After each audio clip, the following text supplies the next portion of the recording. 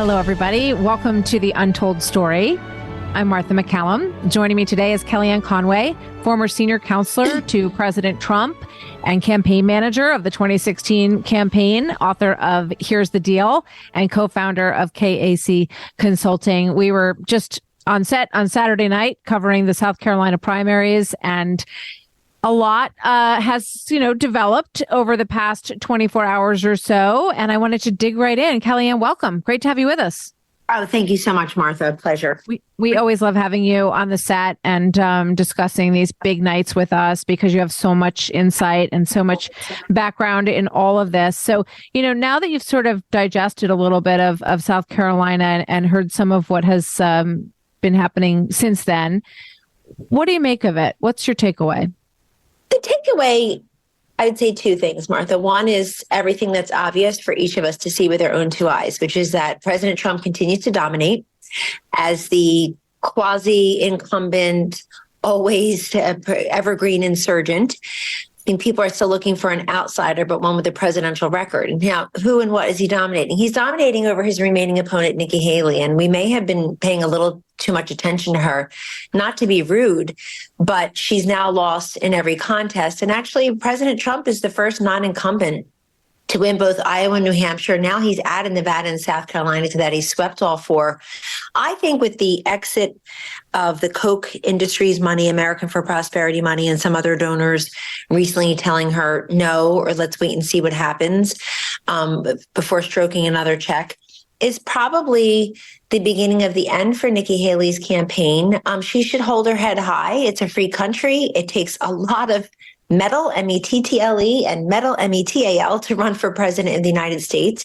And I think she would have a great role in helping to unify the party and bring into it and keep into it some of these voters, including 40% in her own state of South Carolina this weekend, Martha, who wanted her over Trump. She's a close personal friend of Jared and Ivanka. So I think that's gotten enough coverage, frankly, and this can't be totally comfortable for everyone, but it does tell you how sort of nested she was into all things Trump administration while there. The other thing that maybe isn't as easy to see is that we have two things going on here on the Republican side. One is, on the one hand, Donald Trump he's on a glide path to clinch the nomination probably 6 weeks earlier than he did in 2016. But people, Martha, are going to be voting 6 weeks earlier than they did in 2016. So I'm not sure it buys much time. And I think with some of these changes at the RNC coming, people are going to have to be quick studies and work really hard to make sure that they keep what's working there and that they build on what they think is not working there. But the Democrats, in the meantime, own the mechanics. And I fear that he who owns the mechanics owns the election cycle, that you just can't make up these deficits on election day when your opponent has such a strong advantage, particularly up and down the ballot. I'd say the Senate races and some of the House races predominantly. If your opponent is banking all this vote advantage against you for the 4 or 5, 6, in some places 2 or 3 weeks where you can vote early, it's just almost impossible for you to make up some of these deficits on election day. That's the one thing that keeps me up at night about this election cycle. Okay, there's a lot there, obviously. So let's go through it a little bit at a time, because I think the voting mechanics that you just touched on is a huge story. So actually, why don't we start there? What do you mean when you say that Democrats own the mechanics? They just seem to have this huge advantage in money and manpower, and probably even message and discipline with respect to what's become the new normal, Martha.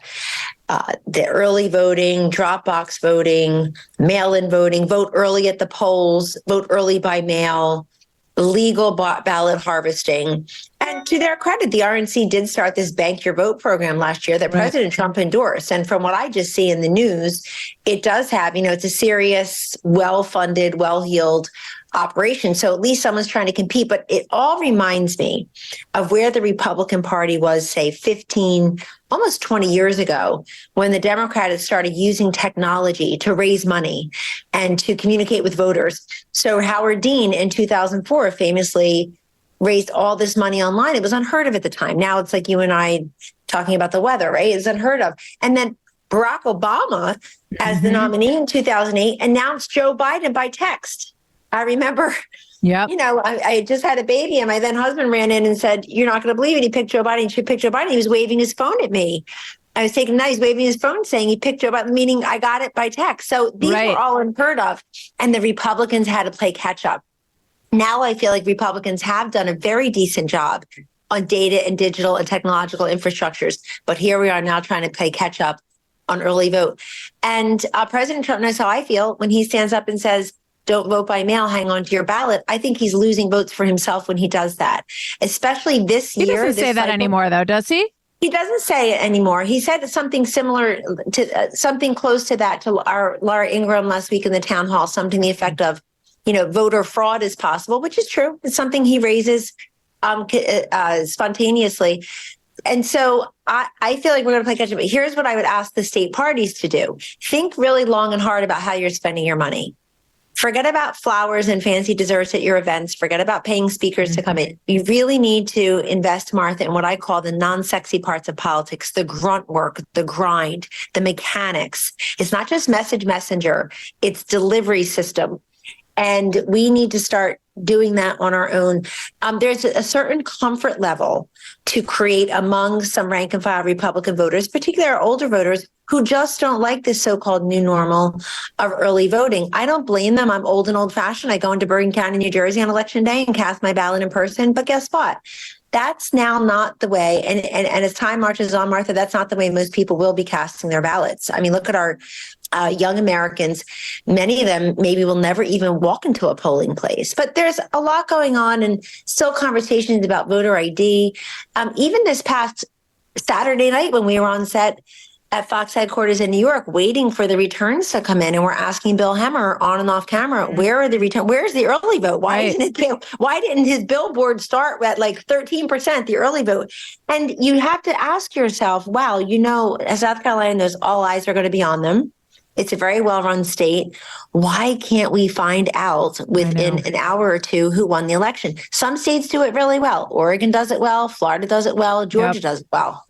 Yeah. I mean, I think what you're talking about is so important. And we've done a few stories on ballot harvesting and the levers that are used to run up the Democrat voting numbers in legitimate ways based on the rules that are out there.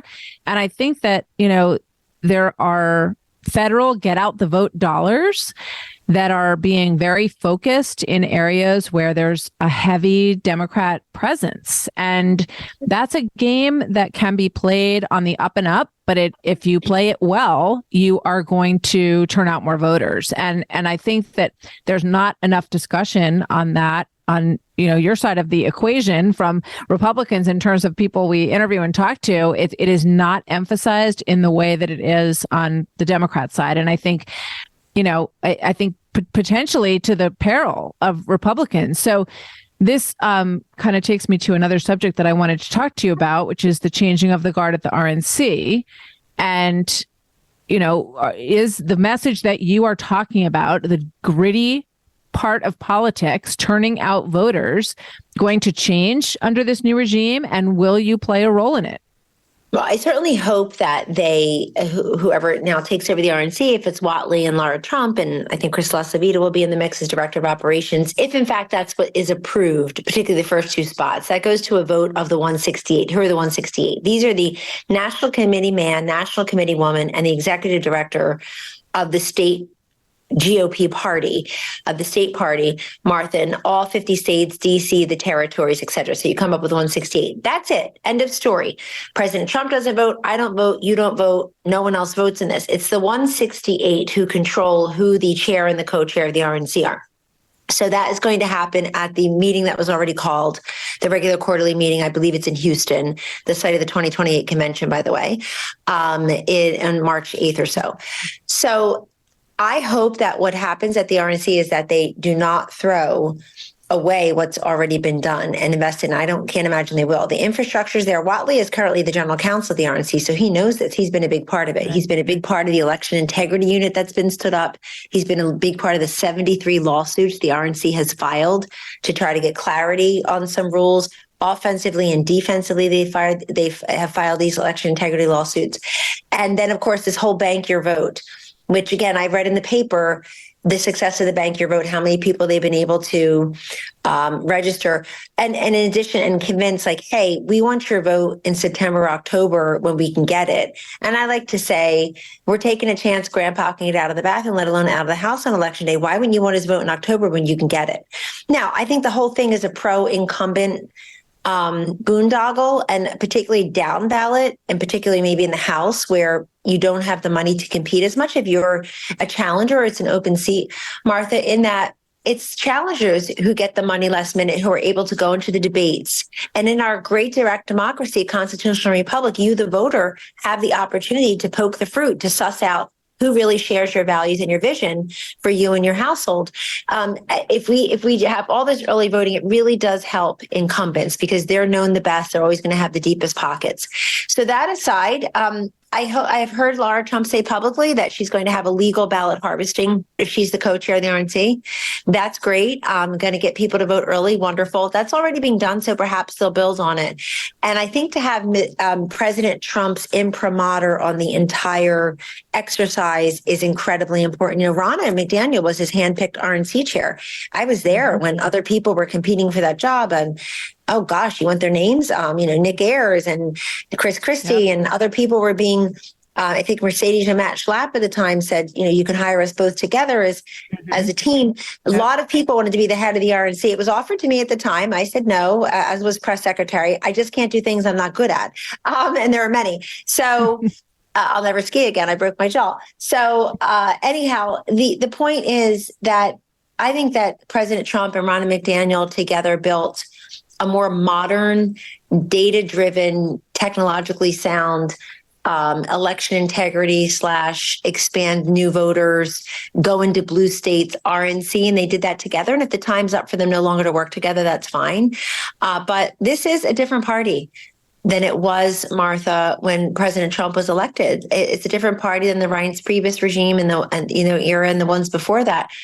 The party doesn't belong to any one person, but it's President Trump who has said forgotten man, forgotten woman, who now feel invisible, if not preferred. They feel that migrants are preferred to them in schools in New York City, for example, or in getting credit cards directly from the local, state, and federal government, perhaps. That it's a party where he has been able to expand the reach of the Republican Party into more African Americans, Asian Americans, certainly Hispanic Americans, and particularly males in all three of those groups. It's one where he is dominating among political independents in most polls. It's one where he can do better among women. He could do better among young people than the average Republican presidential candidate, and not get a majority of either of those, but still win the election. And one thing I like that the RNC has done well, in my view, and they've been a client for years, so just in full disclosure, but one thing I like that they've done really well is rapid response. Finding those clips of Joe Biden when he was a senator, saying super predator, saying he was pro-life, saying he was for the Second Amendment, saying that he didn't want the wrong people to go to school with his kids. Like, they've just done a great job with rapid response, reminding everybody what the Democrats have said up and down the ballot. But look, I would rather be the Republican Party than the Democratic Party in 2024.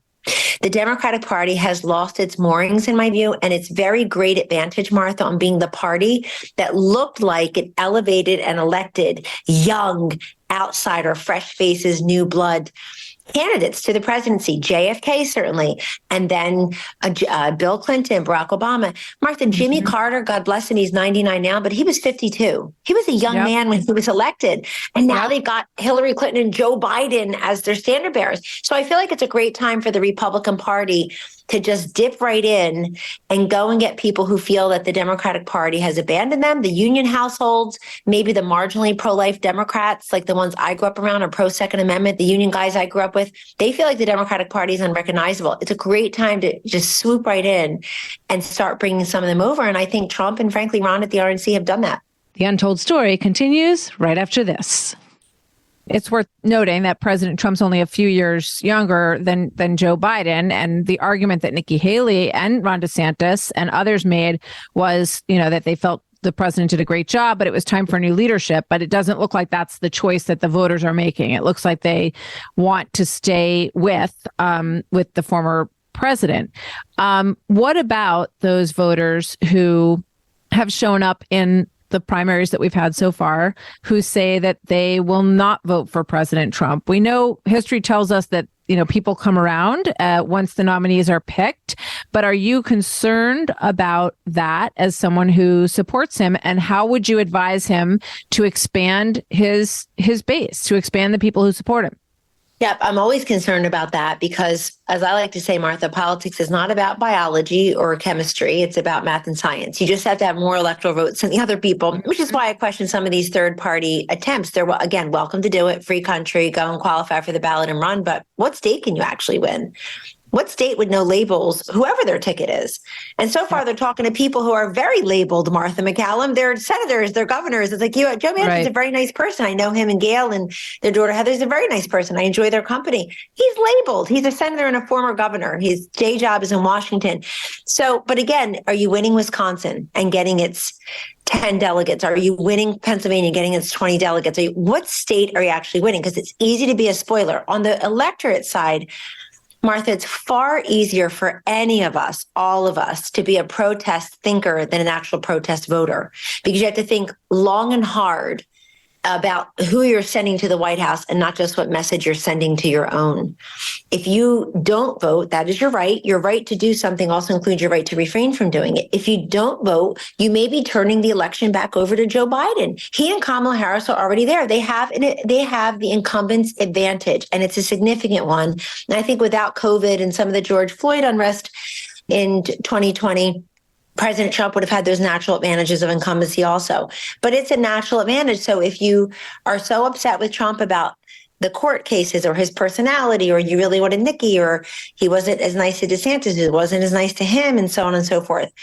Again, it's a free country. You can think as you want, but think about the absence of your vote this time around and how in the end, I think President Biden probably will get some of those African-American voters, Hispanic voters, union households who currently say, I'm mad at Biden. I disapprove of his job. I don't like him personally. I'm upset with the Democratic Party, but they have to leap over to Trump.